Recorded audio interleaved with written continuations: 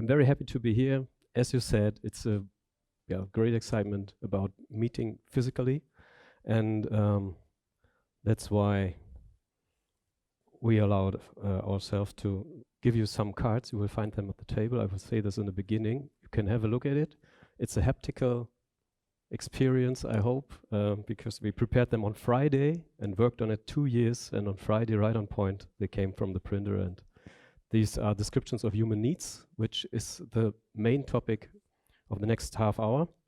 And we will see that human needs are the most important thing when it comes about what drives human experiences as a customer or as an employee. I have 2 roles in my working life. The first role is, that's why I'm here today from Deutsche Telekom. I'm working in the innovation department of HR. Was responsible with our team in the rollout of digital tools before Corona. So we were lucky to be able to switch very fast into the home office mode, because all this collaboration software stuff was already rolled out. Not everyone was trained in using it, but it was in place.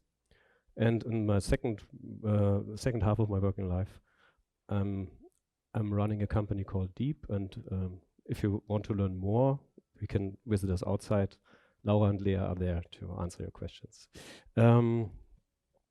Okay, what drives the holistic employee experience in the digital age?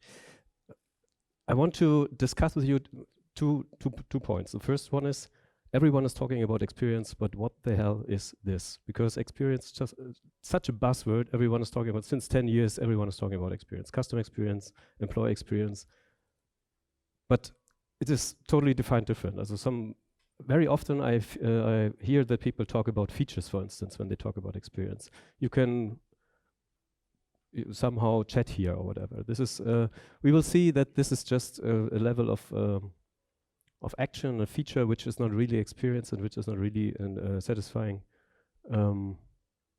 different needs. Then we need some more to explain this. So okay, let's start with. I have prepared 2 parts for you. The first one is, let's talk about experience. The second one is, what can we do to use our understanding about experience and and how human needs drive the experience to create, especially employee experiences, because I'm now an HR guy for 3 years.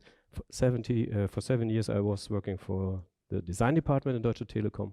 That's why I have always both perspectives, customer and employee experience, which fits quite well together. Okay, everyone is talking about experience, but what is it? You see here this little girl, and when you talk about experience, it makes always sense to think to look at children. Okay, I'm a psychologist, and everyone knows psychologists love to deal with children and so on. But this is not the case here. Children are very interesting because they help us to understand what people really need, because they act without a filter. You can really directly see what they're doing, and most of the stuff what kids are doing, we as an adult also want to do. But we don't do it because we need to social norms and so on. And normally we don't jump into puddle. Kids love it, and it's always interesting to ask yourself why. I think you might have heard about it, 5 times why and so on. Ask yourself why helps you to understand, for instance, why this kid is jumping into a puddle. What happens if the kid is jumping in? The first thing what happens is water's coming up. This is feedback. I'm doing something, something happens. And feedback, this is a human need. We all need feedback to realize that we are in the world. And when we talk about feedback and jumping into a puddle, feedback is a very important need we need to satisfy to create a good employee experience. Yes, we have our yearly report about performance management. This is the feedback we get. What about other kinds of feedback, for instance? So to let us feel good at work and to have a satisfaction on this need. There are some other interesting things happen. Of course, normally there's a noise. Must make something like this. Also feedback. The thing about feedback is it must be very, very fast. If a kid or an employee doesn't get feedback very, very fast, it is not feedback. There is no correlation between, it is not reaching our motivation and our behavior. If you don't like someone, give his kid a present, for instance, a drum or something like that, because the kid automatically starts making noise. noise is very fast feedback. In this distance, it's nearly light speed somehow, so it's very, very fast. And kids love it. Or making a light switcher on and off, because it's very easy. Oh, okay, I'm doing it. Oh, light goes on, light speed. How great is this? The best feedback is very, very fast. And normally, when do we have this at work? Okay, just an example. So, okay, when we talk about human needs, what is it? And I have learned that I can use the pointer somehow like this. Ha, cool. Okay, what is human experience? So, when it comes to experience, we have two important aspects. The first one is us. We are human, and experience is something which happens in our brain. It's there, and that's why it's so hard to talk about it and so hard to measure. And normally, we get feedback, we get experience when we as a human interact with an environment. In our cases, the environment is mostly shaped by an enterprise. And even the sea is shaped by an enterprise. And what happens then is that we always, and this is the core of a definition what experience is from a psychological perspective. Experience means that we always, all the time, compare what we get with what we need. And this happens very fast, mostly unconscious. Our brain would run off capacity very fast if we would do this consciously. And this comparison leads to emotions, cognitions, and actions. These are the triple. We feel something, we think something, and we want to act. If we are in a good situation, we have a good experience, we can decide, okay, it's nice here, I stay. If we have bad experience, we can decide, okay, I move away, I don't want to stay here. Or if we have an experience where we think, okay, it's somehow cool or not, we can change it. Love it, leave it, change it. These are the three options we have. Also, even our workplace, same thing. And when this human part, and I describe the human part by an activated needs profile, this is why you have the cards on your table, to get a better understanding what we mean when we talk about needs, because this need is somehow, we need a good description level on what is a need. Then this activated needs profile can occur by different sources. The first one is we are human by evolution, and this evolution gives us a special needs frame.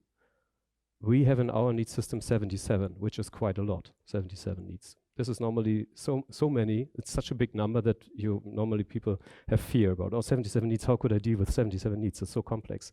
Yes, humans are complex, bad news, but if you reduce the human and you say, okay, let's work with, for instance, 10 needs or 12, it's easy to communicate 10 or 12 needs, but if you try to deliver a good experience, normally you fail if you work in such big categories. We can discuss this example later. Then every one of us has a genetic disposition. I think that's easy. Now it becomes a little bit more complicated because as humans, we all have learning histories. Since we were born, we learn all the time. That makes us different one from another. And one of the most important factors which activated some needs is context, of course.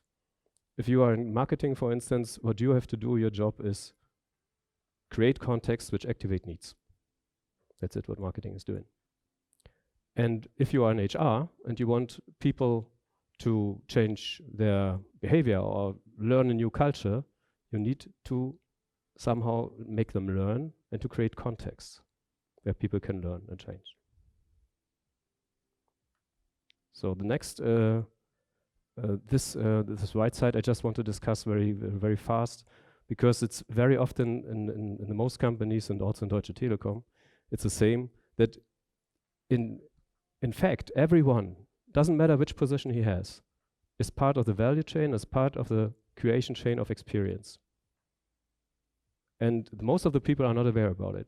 For instance, if you're in procurement or in HR or in IT or legal, whatever, you don't have a relationship with the customer outside and what happens with your products and so on. And one of the most interesting tasks, in my opinion, to connect customer and employee experience is to create feedback systems which makes everyone in a company, gives everyone in a company the experience to learn what the products mean for the people outside and learn what is good and what is bad. And what very often is the case, excuse me, is that I think if you work in a bigger company, you know about silos, and very often it is the case that in the innovation department, for instance, people create something, then in the marketing department, no one cares about it. So the marketing department creates its own messages, and the story, we have understood what the customer needs or the employee needs. Doesn't matter customer or employee, it's nearly similar. So we have understood, we have created something for this needs. Now please communicate that people know that it's there and it's for them. This normally not work in a company at a size of, let's call it a DAX company, I don't know. So, and this is a little behavioral psychology trick. This picture is a little kind of complicated. When I draw it, my little daughter was 3 years old and said, "Oh, you have drawn a bee, how nice." And I said, okay, never looked at it like that, but somehow it fits. But the bee is a little bit, is not dangerous enough. Our brain is made for danger, and I put a hornet in it. So the hornet is a little bit more dangerous. We all have learned it. I think our parents have told us hornets are very dangerous. So this will be in your mind forever. If you don't remember what I have said, but the hornet will be activated. And so that's why experience is a hornet. If you don't care for it, it's dangerous. But this is a kind of Eselsbrücke. Yeah. Okay. If needs are so important to create experiences, then it's really very helpful to know a little bit more about it. First thing is that normally it's you can describe product services, doesn't matter if customer or employer side, on 3 levels. The first one is there are features or there are behavior. For instance, the thing here is little, has 3 knobs, I can do something with it. Then there is the next level. All these features are good for something. There's a benefit on it. For instance, I can move forward in my presentation, or I can highlight something, which is great. But for this, there's a level above, the next Y level. Why is it for me important that I can highlight something? What is the meaning of this button? And it is that I can, in this case it is that I can, help you to learn about what I want to say, and I can express myself better. So it's somehow it's good for performance. I can press it and I can support the presentation with it. Performance is a need.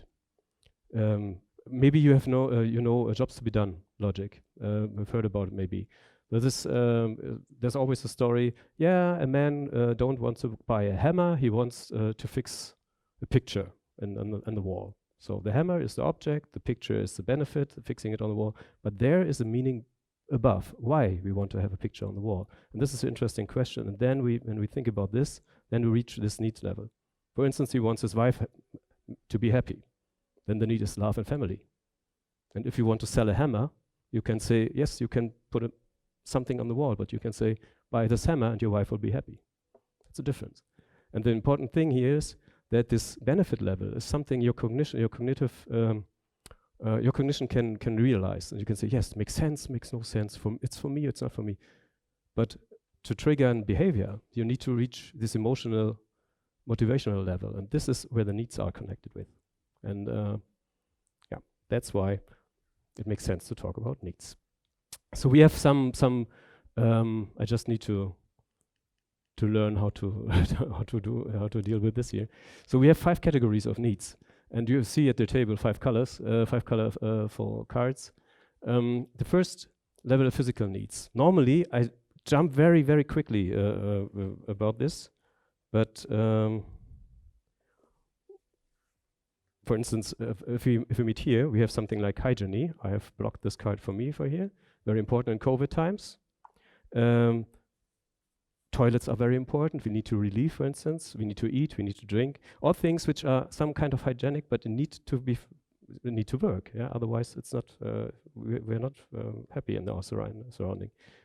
Sensual needs. I think I know it's better. I think I had thermosense as the one need. I really, as all of you, I think somehow said, oh yes, it's really it's important for your experience. Normally you don't think about it, but if something's wrong and you really feel, okay, oh no, it's so cold, I don't know what to do. Next one.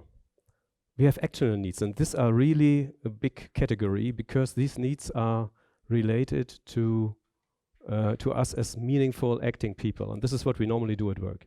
And there are a lot of different needs. For instance, the first one, everything starts with curiosity and learning. I've chosen learning to show you here because we are here to learn something, and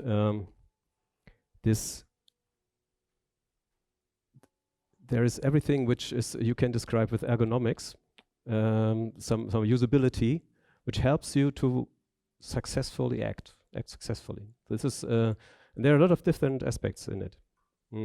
For instance, goal setting, planning, motion. This is and feedback. This is a typical action.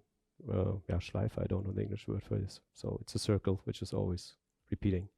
And next category is social needs, and this is something which we have very often. Is some kind of bipolar, because in our social systems something is beeping. In our social systems we have different roles, and normally we can, for instance, we can help or we can be helped. We can dominate or we need to subordinate. It sounds a little bit weird, domination, subordination, something from the past, but it's all a result of evolution, which makes us as human society successful. Of course, not everyone can dominate in one situation. Maybe we can change the roles in situations, but someone we need to follow, otherwise it would not work. Cooperation, status, a lot of things you might have heard of in this category. The last last category is ideal needs, and this is what it's a category where our values in. If you know Maslow, he has the same category and called it transcendental needs, and I have meaning, for instance, that everyone is talking about purpose since 3 or 4 years, I think. It's interesting what people discuss when it comes to purpose. To say it in short, you always feel meaning in your life or feel purpose, and when you can create a relationship between what you believe in and what you do. And this can be very different. It's not, it is okay if you have a company, for instance, invest some money to create clean water delivery in Africa. That's cool, that's great, but it is not enough to give you purpose in your daily work. So you need some more. And this is, for instance, where we use this needs system when we have purpose workshops in Deutsche Telekom to create somehow to align our own purpose as people with the purpose of a company and the purpose of a team, which is always very interesting. And okay, there are a lot of sources. When we created the 77 needs system, it's a kind of work of 15 years, I would say, and a lot of experience in it, more than 3,000 interviews and a lot of scientific sources and so on. I just want to jump over it. And so what can we do with this? Okay, it's fine. We know experience, somehow comparison of what we need and what we get. Okay, needs are, there are some people talking about 77. To be honest, 77, of course, is not the absolute truth. It's I think, más o menos 10%, yeah, 77. But 77 is a really nice number because it's like the hornet, it's good for your brain. And what can we do with it? We can use it to understand, to understand experiences and to understand what drives customers or employees in a special context. For instance, we have one of my the best experience I ever had at Deutsche Telekom, working at Deutsche Telekom, was when we created a product called Tolino. I don't know if some of you know, it's an e-reader and should be somehow a challenger for Amazon Kindle. And it was very interesting to find out what the reading experience is. Or for instance, we had a product which failed totally. It was mobile payment, long before Corona came. No one understood why you should pay with his mobile, because we were not able to communicate the benefit of payment, because we had never invested in understand what paying is, what means paying. When I need to pay, poof, sorry, everyone is doing it every day, like jumping into a puddle, but no one cares about it. And to find out what is behind this experience, what drives the experience, is a very interesting aspect. If you have understood this needs, then you can go on to the next step, create create solutions to solve problems. For instance, one of my most, in my opinion, the only really working smart home product in the world is a baby phone. It's 40 years old, and it really solves the problem between I want to be a good parent, caring as a need, and I want to be free. This is really a good solution for this conflict of needs. But other smart home products, I'm not sure if they reach this this level. If you have created something, then you can, of course, communicate it. You can sell it, and again, it doesn't matter if you're caring for employee experience or customer experience. Doesn't matter. Even as HR department, you need to sell your solutions to the employees, and then you can learn and measure. And this is what I want to show you in the second part of the presentation: how we measure experience, especially the experience we created by our Digital at Work program, which was responsible to innovate the way the people work in our company. Okay, here we are. We use this 77 needs for customer experience questions like we want to have better descriptions of our customers. So everyone, most of you know personas, I think, as a tool. Some people have heard so much about it they can't hear anything new about it. Some people have never heard about it. Personas are a way to describe segments, consumer segments, or even employee segments, by giving, describing one human. A persona typically has not 2.5 kids in average, has 2 or 3. So this is something which works very good, because we as humans are used to think in stories of humans and not in statistics. Our brain is not made for that. We can talk about product positioning. For instance, this Torino e-reader, I said, how can you place a product when there is a market and there are already competitors there, how you find your placement. This is, you can really solve this question very good when you focus on the needs which are not actually satisfied. Then we can do marketing briefings to communicate the whole benefit story, and we can measure. So, but more important today is this employee experience part. One project I really loved was when we thought about at Deutsche Telekom, okay, everything becomes more agile. If you don't have the classical career paths anymore, what should drive people to bring their best performance here at Deutsche Telekom? So how can we create good performance for management? Normally the performance management is, here's your task, and at the end of the year we come and we will check if you have reached it or not, and then there's a bonus or not. And then we started, for instance, interviewing people. So what were the moments where they really felt great in this company at Deutsche Telekom? And what very often occurs, was an interesting thing, was that people talked about these were the moments where they delivered really great performance.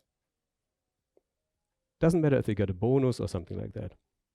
Moments where they said, okay, no one believed in me, I did it, or the team, we as a team, we had something which no one expected that we can reach that level, something which has to do with the performance. The good news in it is, performance is a human need. You don't need to push the people for performance.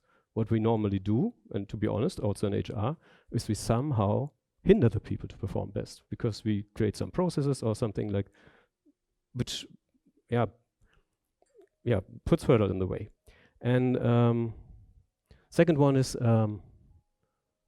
team purpose workshops. I already mentioned this. It's a very good way to work with this needs, especially this needs cards, because people can really good identify their personal needs and then think about how they can bring in their personal purpose into the company.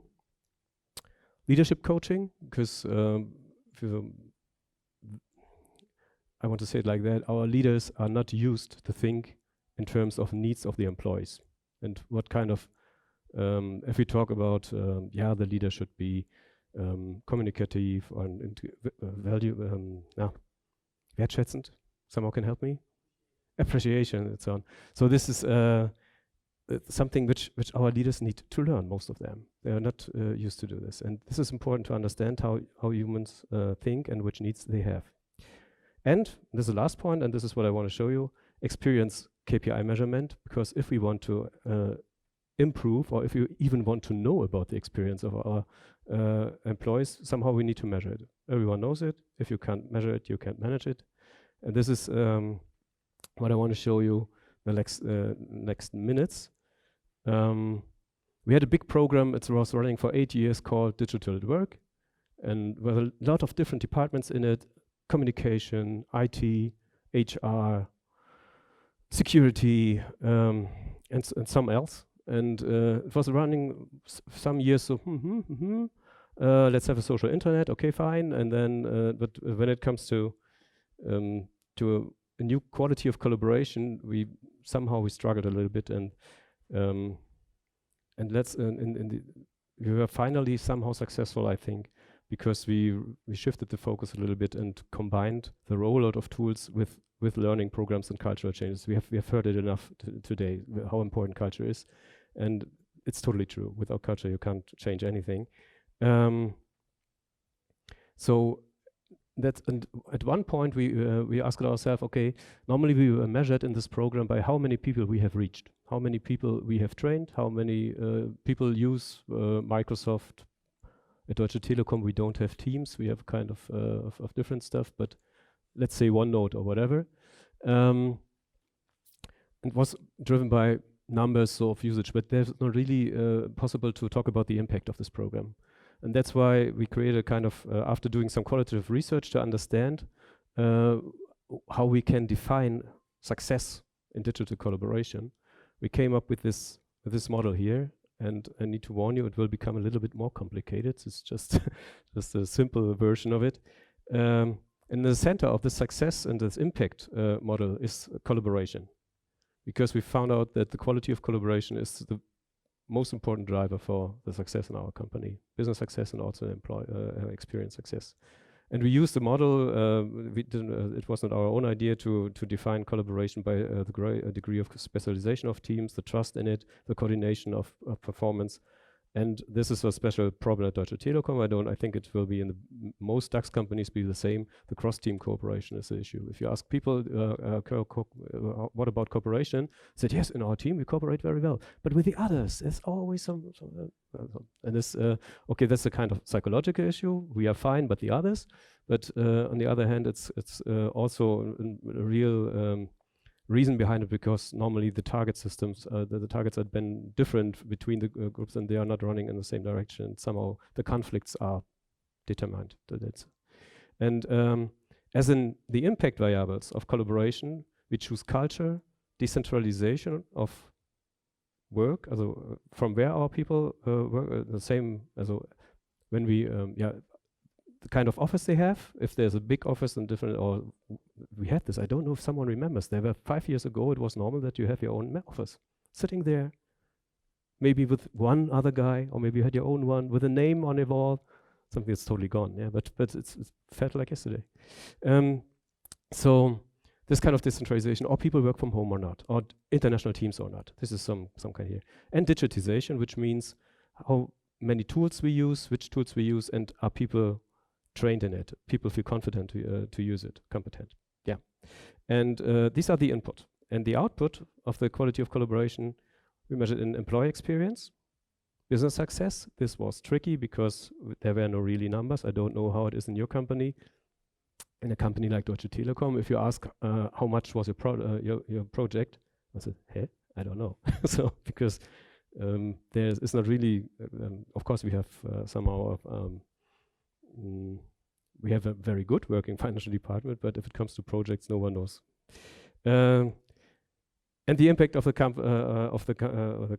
company's impact on society was also something we want to somehow we wanted to operate it, operationalisieren. Okay, something which we hopefully can increase by good collaboration. But it was really new. So important is that this is a study we made before Corona. And actually we are setting it up to learn what has changed by Corona, but we are not in the point, we are not running actually running the survey, just setting it up. But it's interesting, because if it has worked that way before Corona, it will work much better after Corona, is my hypothesis. And this is a little bit more the description, what we understood about when we talk about culture. We especially thought about agility, how's the quality of leadership, and how innovative is the work people have. And the other things I thought I have already told you. The business success, this is more maybe important. We measured it by this, our employees estimated it on their own. So how do I feel about the quality of our projects? How do I feel about the time and the costs we have? And to be honest, as I said, no one could say something about the cost. So there's definitely no effect. Interesting is about the how we measure the employee experience, because maybe you remember this Hornet. We measured employee experience by the fulfillment of needs and the output of emotion, cognition, and motivation.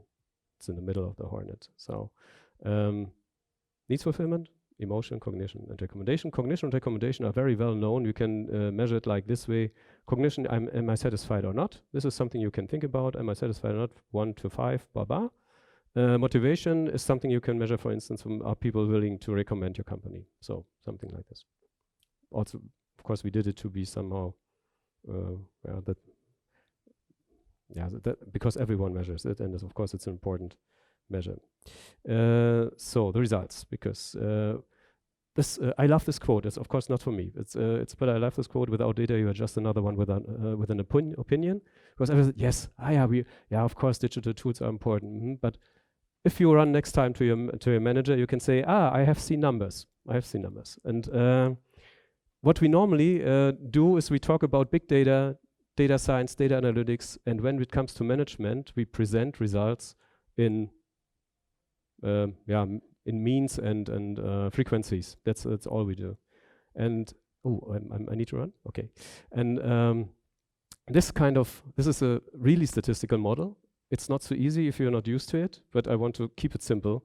And it's also a challenge for our management, because I really want to nudge them members a bit, because you talk about data science. Okay, here are some data. So just so what we can see here is the following. First thing, these magenta numbers here, they tell us how good we have explained what we wanted to measure. Collaboration was explained to 78%, which is okay. That's good. It's a good number. And if you look how important are the different factors are, which we have defined before, culture eats everything for breakfast, because it has by far the biggest impact. So if you want it simply, if you talk to a manager, you can say, if we have 10 million in your next employee experience program, where you should invest. Then you can say, okay, invest the most of it in culture. And nearly, it's double as important than the decentralization here. If people work from everywhere, maybe this changes due to Corona. I'm sure this will be a little bit different now. And the digitization is also important, but not as important as culture. But it's also it's positively correlated to collaboration, which is good news. Because I remember when we start talking about digitization, a lot of rumor was about if everyone works on its own at home, collaboration will not work anymore, and this is not the case. Digitization supports collaboration, and we know it now because we have measured it. And if you look about how collaboration influences things like employee experience, business success, and society, and we see that there's a very, very strong relationship between collaboration and the employee experience. This is just a word. So employee experience is mostly driven by collaboration, very heavily driven by collaboration. And business success, we need to be careful here, because it's measured by employees say we are more effective than before. What was the biggest part here was the quality. Our employees say we are able to deliver better quality now when we have a good collaboration quality, and this is influenced by culture, decentralization, and digitization. The impact on society was not as big. At 1 year ago, this concept was quite new, and people could not really make some kind of correlation. How Deutsche Telekom is supporting society, I think. I just want to give you some more simple results, because I think these are tools we use at Deutsche Telekom. If you are not Deutsche Telekom, you will have Microsoft Teams, I guess. We have Cisco as for instance, WebEx or some other video conferencing software. Jabber, you know this. OneNote, some things from Microsoft. We also have OneDrive. modern groups, SharePoint, Yum is our social internet, and Kanban is a kind of agile tool, but not everyone is working with this. And what this picture shows us is, if you look at the dark blue means, okay, the people say, I'm using this tool. How many people use this tool? And the light blue means how competent I'm with it. And what you see is that if you teach people using your tools, you double the effectiveness. And if you next time run to your boss and want to have money for a teaching program, it really pays off. IT is not the only part in the company who's driving innovation. You need to teach the people and to train the people. And okay, this is the first one. Second one, we had this, culture is not eating only strategy, culture eats everything. And what we see here is we have a look at some needs, starting by providing, which is fulfilled very good. Everyone goes to work to provide his family, for instance. In Deutsche Telekom, you can do this very well because the payment is very good. But there are some other needs which are infected very heavily by culture. And if you ask people, and this was a question for performance here, I can give my best performance. So at Deutsche Telekom, I can give my best performance. Then the Zustimmung, also the people agree 100% more if they work in a good culture. 100%, this is really a big thing. Normally you're happy if you have 20%, 10%, 15%, 100% increase of the ability to perform good is really big. And so I hope we can use these numbers to get some money from the management for our next step there. Okay, to say it a little bit, this is now it becomes more and more simple. This is the most simple level we have. Used arguments like employee satisfaction and employer recommendation. Again, this is an impact of culture. If you work in an environment where the culture is good and it's really just simple, we separated the subgroups by mean. Yeah, it's just median. Splitted it then in good culture, bad culture, which statistically not the smartest solution. But if you have results there, you will have them. You will find them in every other way. So, in a good culture, employee satisfaction increased by 70%, and the employee recommendation by 40%, which is really quite a lot. You can think about, if you're an HR guy, you can think about, okay, with what do I ever have reached an employee satisfaction increase by 70%? I never heard about it. So culture can do this. And this is just if you're interested in how we have measured it, we have kind of set of experience KPIs which measure the satisfaction of our employees' needs. There were 21 in it. Okay, remember we have 77 human needs in the system. We choose 21, which was really hard because at work the whole universe is at work. But we find nearly for every need we find an increase in experience by culture and even by digitalization. So okay, this is what I love to do is make digitization human, and this works if you understand human. And this is what we try to realize with our need system. And I repeat, if you want to learn more, you can come to the deep. Yes, you can of course join us at the round table, and then you can meet us outside. Okay. Okay. Thank you very much. Thank you.